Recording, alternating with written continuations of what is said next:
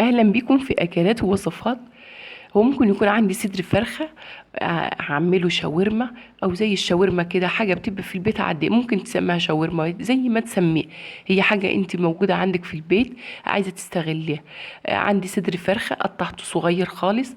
عندك خلطه شاورما، فلفل اسود، كزبره ناشفه، كاري، كركم، اي حاجه موجوده عندك، بابريكا تحطيها مع الملح، كل ده تقلبيه معاه مع علبه زبادي.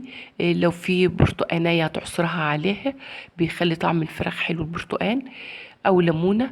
بس كده هتسيبيها، ممكن تسيبيها ساعة ساعتين في التلاجة. لو انت مش مستعجلة سيبيها ساعة وطلعيها اعمليه. معايا الزيت بيغلي وحطيتها فيه. هتقلبي كده، اول ما هتحطيها هتنزل المية اللي فيها، مش هتحط عليها اي بصل ولا اي حاجة خالص. انا ما تشيلي المية اللي فيها دي كلها هتنشف. خلاص المية نشفت منها، اللي نزلت منها دي كلها، الفرخة كده تعتبر استوت.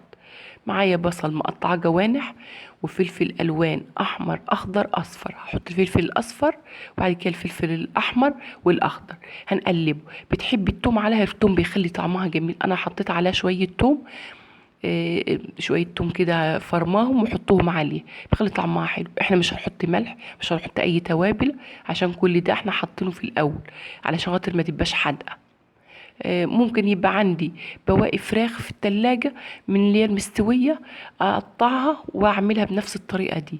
البصل اللي انت عايزاها كميات كبيرة، كتر البصل والفلفل والحاجات دي كلها، الخضار ده بيبقى يخلي طعمها حلو وبيكتر الكمية. بس كده هتعمليها. هي لو هي فراخ مستوية مش هتزودي مية ولا أي حاجة خالص. الفراخ دي لو كبيرة شوية، الصدر بتاعها كبير شوية، فانت هتزوديها شوية مية صغيرين وتغطي عليها وتوطي وتسيبها تستوي براحتها. خلاص فراخ صغيرة، صدر صغير، مش هتزودي مية ولا أي حاجة. هي بتستوي مع شوية البصل والخضار كده، مش بتغيب.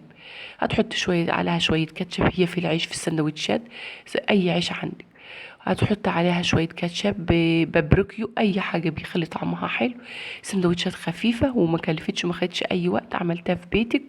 لايكات وتعليقات وشاروا الفيديوهات علشان قناتي تكبر بيكم. فيديو سهل وبسيط. عندك بواقي لحمة، أي حاجة هتعملي بيها. ده كان فيديو النهاردة، وأشوفكم فيديو جديد.